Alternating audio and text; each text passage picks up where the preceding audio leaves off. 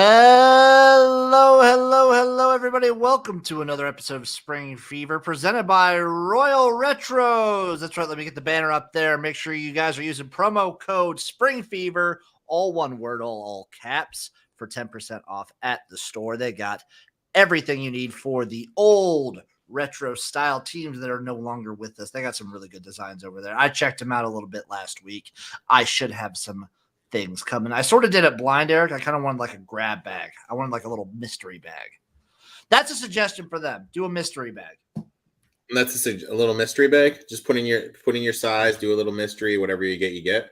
Exactly. There's a couple. I did that with I don't want to shout out anyone else because they're not sponsoring us, but I'll shout out this one time. No free shout out. Home Field Apparel, the college, because it's a very similar style where they go like old school logos and college football designs, and they could do a grab bag. I got a Delaware sweater. I got the Fighting Blue Hens. Interesting. But Royal Retros, if you're listening, do that. Make a grab bag situation because I will be all over that. So this is Spring Fever. That's Uncle Rico. Eric, how was your weekend? How was your week? Pretty good. It's hot here. I'm ready to go to bed. Looking forward to going to the hotbed of Hudsonville, Michigan over the weekend. Hell yes. What's up, that one black guy? We are feeling spring fever. We are feeling the fever right now. The regular season of the USFL is long behind us. So on today's episode, we're going to be talking about the season as a whole, giving our thoughts on how it ended in week 10, and then also a little recap of week 2 of the CFL before we get into our USFL playoff picks and week 3 of CFL action. Eric, let's start off with week 10. We called this I want to say like week 5 or 6, we called this is the game of the playoffs. Is like the potential. This game is the one that mattered so much. The Maulers versus the Generals, and the Maulers just owned the hell out of them, won 26-6. I mean, we talked about it before. We felt that New Jersey was a little bit overvalued coming into this spot.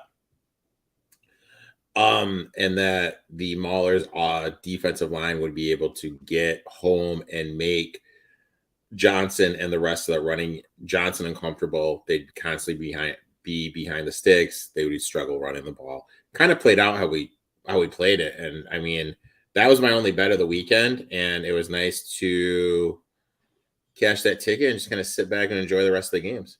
I hit a plus 150 on the Maulers straight up. I hit the Maulers with the spread, and I hit the under in this game. I think it was like 38.5. Yeah, I like the Maulers plus the 3. 3.5. It was a good day for me. It was a good day to get a win, get out of bed. Coffee's feeling good. Coffee tastes a little better. Coworkers say you're walking with more confidence. Girlfriend thinks you look hotter. It's always good to start the day off with a win. Damn shame this game wasn't on like broadcast, but also it was a blowout, so that kind of makes sense. Game number 2, we had the Birmingham Stallions taking on the Memphis Showboats. The Stallions won this 27-20 with a comeback. Second half comeback for the Stallions. Or like not really a comeback, but they were technically down. I'm not gonna lie, Jimbo. I missed this game. I think this is just the Stallions. This is just classic Todd Haley, not second half adjustment whatsoever. And the Stallions are a great team. Alex Magoo is by all rights the MVP. He's looked really good for most of the season. They have a lot of weapons, and they're actually coming into the playoffs getting healthy. They're actually getting players back in time for the playoffs. They're getting Scooby right back. They're getting other key pieces back for the most critical part of the season. Showboats, it's basically the same season they had last year as the Bandits, where they were right on the cusp and then just couldn't make it happen. Yep. Right there, and just at the end of the line, just couldn't get over the hump. They did look better, though. That 5-game stretch was just for them. Brutal. Game number 3, we had the Breakers taking on the Gamblers. The Breakers win this one 17-10. Closer game than I would have anticipated with how the Breakers have been playing. That defense, though, has been looking real good for them. Defense has been looking good. We're both of us are a little bit shocked about this offense not really being where we thought it would be at this time at the end of the season. Gamblers defense did play good. Gamblers were kind of that team that kind of teased us a little bit. I know Chase was high on them going into this week. I think you were high on them going into this week against the against the Breakers, but they're constantly in position, but then don't do anything. That to me that sums up the Gambies this year. It's a pretty good summation of the season. Like they showed a lot of flashes of being a top 2, top 3 team, and just never really made it happen. Game number 4, the Philadelphia Stars fall to the Michigan Panthers, losing 20-23, giving up, by the way, a 20-6 lead at halftime. So, but here's the thing, like their defense, we've talked about all the time. Their defense is awful. And then when all your playmakers on the outside get to the point where they're out and you're playing backups, you don't have that guy that can move the chains. You really struggled, and that's what happened. Michigan made some plays, but you kind of had that feeling. You're like, okay, you know what? Stars should be up by a lot more. They're allowing Michigan to hang around. It wouldn't surprise me if Michigan comes back. And it goes back to what I always tell people, Jimbo. When we saw that line, you know who's not your friend? It's fair. Sportsbooks are not your friend, man.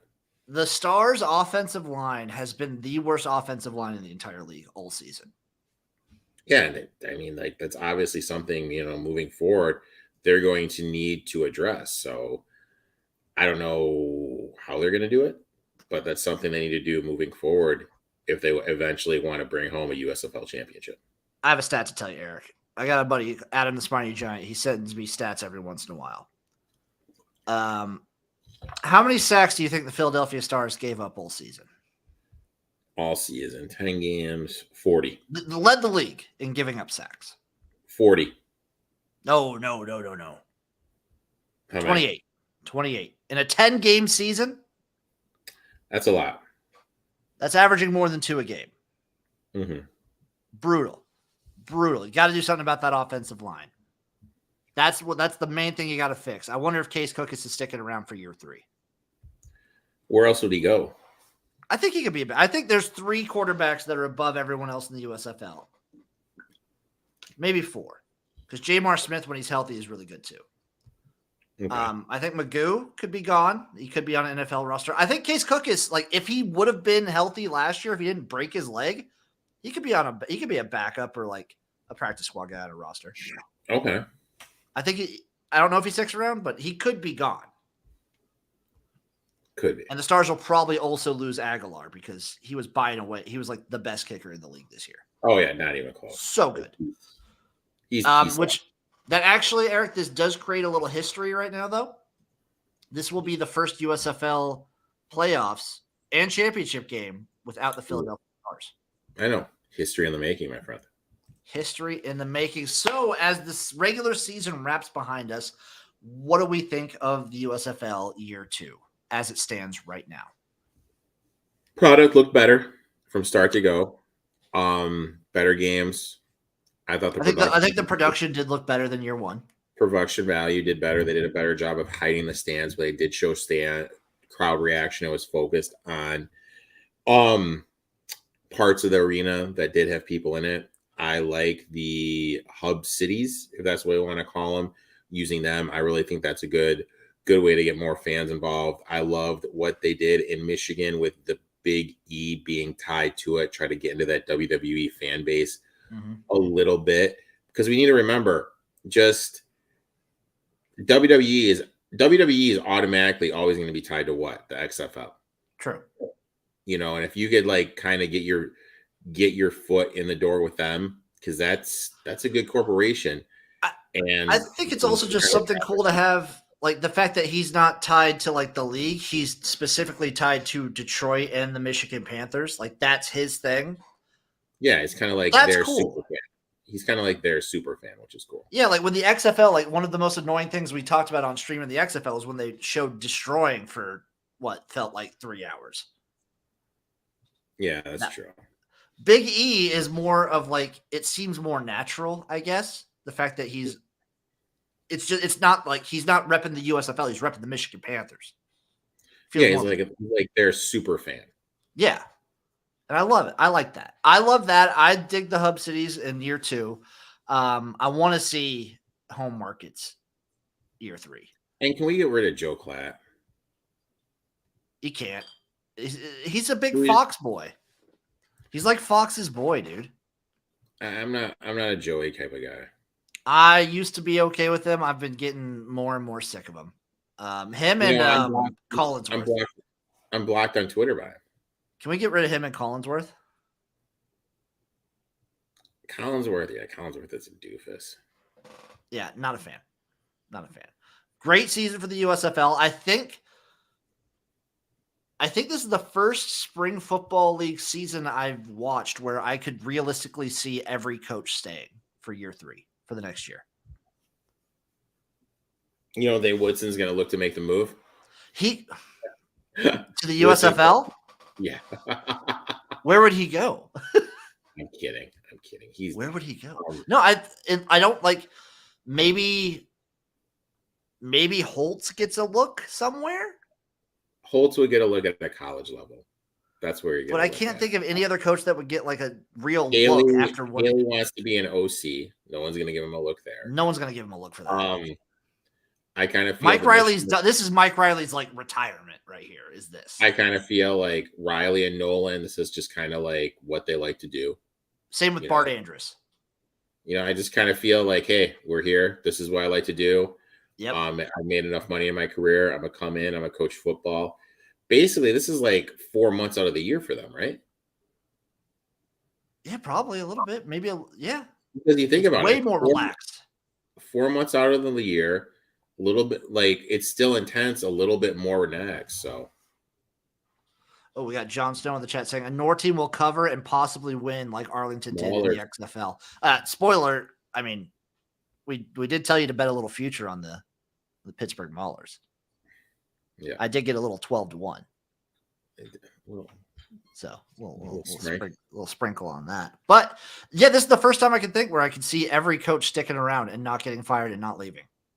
I think all the coaches are going to be staying around and everything. Because no team, like obviously the biggest disappointments were the Stars and the Generals. The Generals being, in my opinion, the biggest disappointment because they lost like 2 or 3 games last year and they were terrible this year. They were injury galore. There was a whole lot going on. Like I don't think it's a coaching problem. Oh, not at all. Not at all. I agree 100% with that. They did as soon as Johnson went down for that stricted games. We knew. We knew it was going to be a little bit of an issue. Eric, what's your opinion on 2 teams with losing records in the playoffs? I don't mind it. You know, you have divisions for a reason. If someone wins that division, they shouldn't be punished for making it. Yeah, that's my thought too. If you're gonna be yelling about it, just try and get rid of divisions. If you get rid of it, there's no point in having divisions. Move on to the next. Yeah, but with divisions, I'm fine with it. There was a section of people shitting on the XFL for having 1. The USFL has 2. It's just funny. It's very funny. And I think the Maulers can have a legit shot. It's the best defense in the league. Yeah, I agree 100% with that. Also, the USFL posted their like all USFL teams, but I'm not even going to dignify it with a response because there's some really like egregious misses there. So, who is the quarterback? Well, the quarterback was Magoo, which makes sense. Okay. But like no Boogie Roberts on defense. A little weird. Very weird to me. I wonder if who's the guy that does all the USFL? What's the Bear? No, he does all the gambling, but they have a guy that writes all the articles. He's the only one. He does like a bunch of college football stuff, and he's awful in that too. What's the guy's name? I'm looking it up right now. Let's see. RJ Young. Never heard of him. He does like college football stuff in the USFL, and it's just awful. So his last power rankings. I'll just look at his power rankings, then we'll see what our power rankings are. Stallions, Breakers, Maulers, Panthers, Gamblers, Showboats, Stars, Generals. He's got the Maulies at 3. I would probably put the Panthers below the Gamblers and Showboats. Yep, I agree with that. Other than that, whatever. It's fine. I mean, I think you just do them as a top 4 because they're obviously in the freaking. They're the playoffs. Yeah, I get it. Whatever, dude. Whatever. But now, Eric, it's time to look back to the past for the CFL. We just had week 2. Week 2 is already done, Eric. Week 2 is in the past for the CFL. Game 1, we had the Stamps versus your Red Blacks. And Eric, you called this one from the rooftops. And the Red Blacks lose this one 15-26 at home. Continuing the home loss streak. Can I just say no comment? You can say no comment. I mean, Calgary looked a little bit more of the same. I just think Ottawa's very much a worse team than BC. Sometimes, like,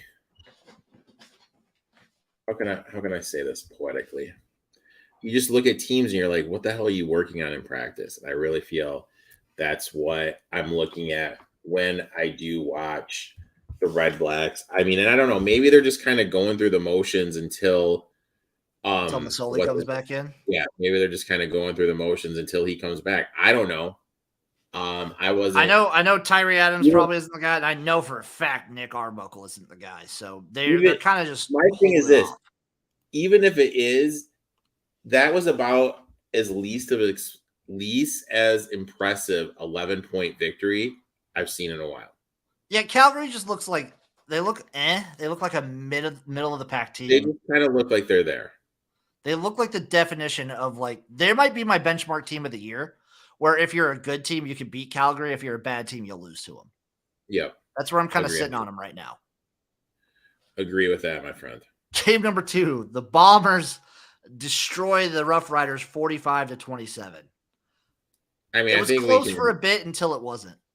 I think we can probably agree the Bombers, they definitely want to get back to that Grey Cup, try to get the dub. They probably will. It's just, 2 weeks in, they're looking impressive as hell. I mean, if you can get them anything over 3-1, which I doubt, I'd lock that in. Trevor Harris, though, as the Rough Riders quarterback, looked like in a losing effort. 29 for 41, 413 yards, and 3 touchdowns. Not bad through the air. He looked the part. The defense could not do anything for the Rough Riders. Yeah, defense. They could not run the ball. Yeah, you got to be able to run the ball to set everything up, even though it's only the 3 downs in Canada. You have to have a little bit threat of the run game. That way they keep the teams honest. This was just I hit that one, though. I did hit that one. I got the Winnipeg minus the 6.5. This one I did not hit. I was very wrong. Edmonton, BC. BC, the Lions win it 22-0. They goose-egged them, Eric. This was a beatdown, dude. It wasn't even close, man. This is like the worst game I've ever seen Taylor Cornelius play. He was so bad. It looked awful. Didn't even break 100 yards. And again, Vernon Adams continues to just look beautiful out there. There's a lot of talks by the Elk Nation. They're not happy with their QB1. What do you think of that? Yeah, fuck them. Fuck them. I mean, there's not... He doesn't have he has good wide receivers, but guess what? The offensive line is still garbage. Yeah, that's true. And he showed I don't know. I say give him a shot. And Jon Snow is right. BC is good. BC seems to have barely missed a step from last year. Vernon Adams is a dude. He's a straight up dude. To me. I didn't see that coming. I thought they were obviously really going to struggle losing Rourke. I thought so too, but Vernon Adams, I knew he was going to be good. I thought they would still take a step back, and they look really, really good still. Last game of the weekend last week, the Argos versus the Ticats. The Argonauts win this one 32-14. Swag Kelly, no touchdowns, but he did throw for 238 yards, ran for 28, and he's 3 rushing touchdowns. That was the big surprise for me. I thought the Tiger Cats were going to win that game. I mean, that was a beatdown, man. That was the most impressive thing to me. I think I was just right. So the latter half of last season, I was very much out on Bo Levi Mitchell when he was playing in Calgary. I was just out on him, not a huge fan. Yeah. He's injured. He's done for a good chunk of the season now. It's going to be Matthew Schiltz for the next week. And I on record last year, I liked Matthew Schiltz better than I liked Dane Evans last year. I think Hamilton might get a little bit of a resurgence here in these next few weeks. Think Hamilton's going to look a little better? I think they're going to look a little better. And Toronto looks pretty good. I just think, Bo Levi Mitchell, I think his career's behind him. He's just old. You think he's done? He's done. It's like when you see the dying breaths of Drew Brees those last couple seasons where you're just like, what are you doing? What are you doing out there? Oh my God. I'm excited to see how Toronto looks this week, though, because they are playing. Yeah, this is kind of a little bit of a trappy spot. It could be a trappy spot because after this, they do host BC.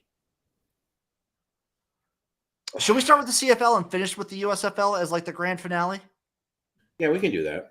Let's do that. Let's give the USFL its like lone spot at the end. So here's the CFL for you guys. Game 1, it is the BC Lions at the Bombers. Bombers are -6.5 again, over under 49, plus 205 on the money line for the Lions. Eric, tell me, this feels weird. 6.5 feels weird. Well, I mean, it just kind of depends. Are you buying the hype or not? I think Vernon Adams is good. Well, then you got to bet BC. Like for me, but what do I say to you all the time, Jim? The book's not your friend. I know, man. And like they're hanging this out there, and I feel that they're like, oh, hey, we'll get some people to take BC. When I first looked at it, that was my initial reaction, dude. Let's take BC and let's roll. Same. But when I look at it and just remember they're not your friend, I just think that it's best just to walk away. I'm going to pass. I think the only thing I'm going to end up taking here, because I do think Winnipeg can at least offensively keep up with BC and vice versa. I will take the over 49. I know it's a high total, but I'm going to take the over. Mm-hmm. I'm going to risk that. Montreal Alouettes. What were you saying? Risk it for the biscuit, dude. I'm risking the over, dude. I'm risking the over. I'm not going to fall for the trap this week. I fell for it with the Stars. I'm not falling it for this week. Montreal Alouettes, Hamilton Tiger Cats. Ticats -2.5, over under 43.5. I'm going to take the Ticats. I feel we need to take the Ticats in a little bit of a bounce back opportunity. I like Matthew Schultz as a starter. I think the team's going to rally around him. They still have a lot of good weapons. Mm-hmm. Give me the Hamilton Tiger Cats winning a close one here. 43.5, not touching that total. No way. No effing way would I touch that total. I'm taking the Ticats, though. Rough Riders versus Stampeders. Stampeders are -3.5 with a total set at 45.5. Over under. Sorry, money line +150 for the Rough Riders. Call me a fool, Eric, for taking the Rough Riders straight up. Yeah, it's hard to trust the Stampeders winning with margin.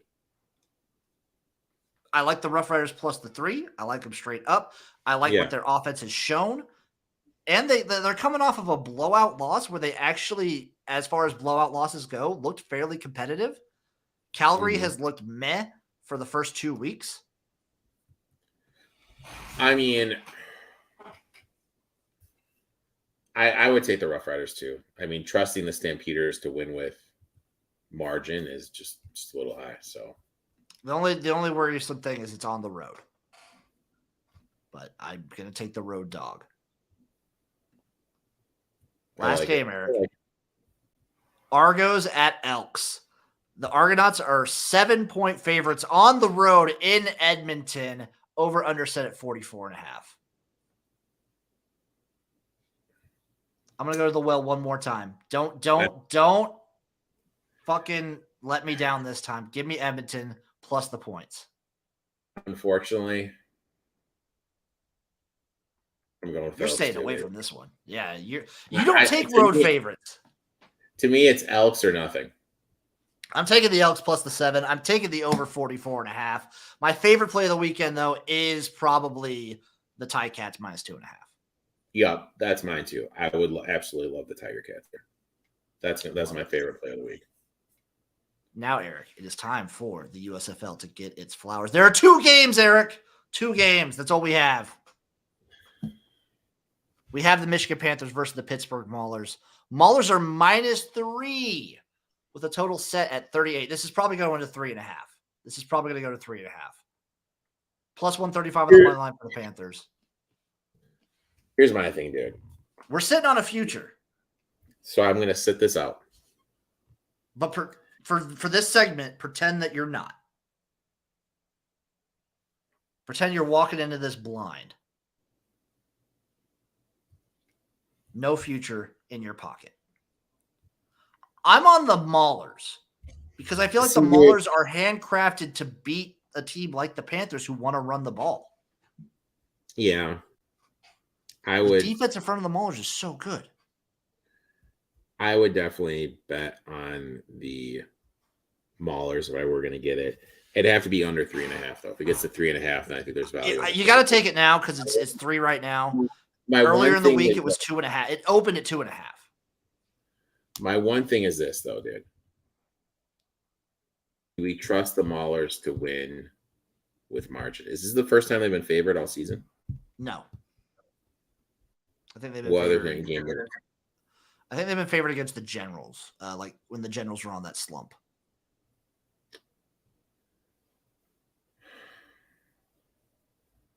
I would lean the Maulers. No bet, but I'd lean the Maulers. I would also lean the Maulers. No bet for me because I'm riding that future. I might dabble with the under 38, honestly. I would play the first half under. Oh, first half under forever. The first half under, for those of you unaware, is 18.5. I will be playing that. Yeah. That's just going to happen. Game number 2, it's the Breakers versus the Stallions. Stallions are a 3-point favorite. That's probably coming up too. Over under of 45, plus 142 on the money lines. Eric, again, we're sitting on a Breakers future at plus 750. Yeah, so I mean, we're in a great position. Hopefully, you can get it where it's the Breakers against the Maulers. But again, as you say, for the segment of the show, I think what we're going to do is we're going to take the team with the points. We're going to take the Breakers. To me, if this gets to 3.5, I will be betting the Breakers. But right now at 3, it's nothing for me. Yeah, if it gets to 3.5, I'll probably be taking the Breakers as well. I also might dabble on the over. I could see this turning into a shootout with the Stallions. A lot of their games have turned into shootouts. Yeah, and the Stallions have like just been in a lot of shootouts recently. Like, what was it? Their last game was 27-20, 47 right there. Before that, 38-15. That's 53 right there. Before that, it was again 51 versus the Stars. Like they've been in some like high scoring games. Barn burner. That's what it comes down to. Favorite bet of the weekend, Eric? I think we're just both going to say Hamilton, right? Ticats minus 2.5. Yeah, Hamilton. Yeah. Hamilton minus 2.5. I will say this though, Breakers get over 3. I take that though. Breakers get over. If they get to 3.5, you're on it. Yeah. Oh god, I was burped. Almost threw up there. Eric, any parting words for the USFL? Let's finish strong. Let's keep the games going. I hope they're competitive games. You kind of have, I want to say, the stage to yourself this weekend. I mean, there's no NBA, no NHL. They timed it well with the playoffs. It routinely draws better than the MLB games. See if we can put 2 good games on to finish off strong. And marketing has improved, but let's make it a little bit better. Please make the games good. Please have the games be good. I also want to say shout out to ELF, European League of Football. I believe we're getting into week 5 at the moment. I'm going to wait and we're in the middle of week 4, I think. I'm going to wait till the end of the season. I'm going to try and do like a little recap. I'm going to give them their flowers because ELF people do love, like, I love them. They're good people. It's hard to watch. Mm-hmm. Speaking of which, I don't know, Eric, have you figured out CFL Plus yet? I don't even know where to get it. Let's do this live real quick. I looked on my Xfinity phone. My Xfinity app. I couldn't find it on my TV. I don't know if it's on. I don't know if you can get it on TV. Where to stream CFL games? Click here. Oh my god. Oh, everything's on CFL Plus. Some of them are on CBS Sports, but some of them are only on CFL Plus. Why? Why? Where I don't even know where to watch. That's what I'm trying to figure out right now. CFL broadcast. To view content for free, please provide your email address, first name, and last name. Okay, I'll do it real quick. Okay, so all you have to do is go to CFLplus.com, and then it's like on the CFL website. Eric, I might do something risky. We'll try. Yeah. We might try something tomorrow night on Twitch. We might do a Twitch only stream and show the CFL. We might. You know what, dude? I'll do my damnedest to be there. We might. I don't know if I want to did. risk it. I might blur it. I don't know. We might risk something. We'll figure something out. We'll see what Risk happens. it for the biscuit. We'll see what happens, folks. We'll see what happens. No promises made, no promises delivered. I will be live streaming my watch along for the USFL games this coming weekend. Make sure you tune into those. Eric, where can the people find you? At eTalk21, 21 Sports podcast comes out this week. You and I have our college football show along with Chase debuting on Thursday. Really looking forward to that. We broke down the Conference USA. There's one team that I'm very high on. Chase had a couple teams you're high on. You're kind of medium on everybody. You have one team that kind of surprised me you're high on though. Oh yeah. It surprised me when I looked into them. I was like, you know what? I kind of like this team. You know what? I kind of like him, dude. It's nice. I feel like as me, I'm obligated to take a long shot in every conference. So hey, buddy, shoot or shoot, man. Shooters fucking shoot, dude.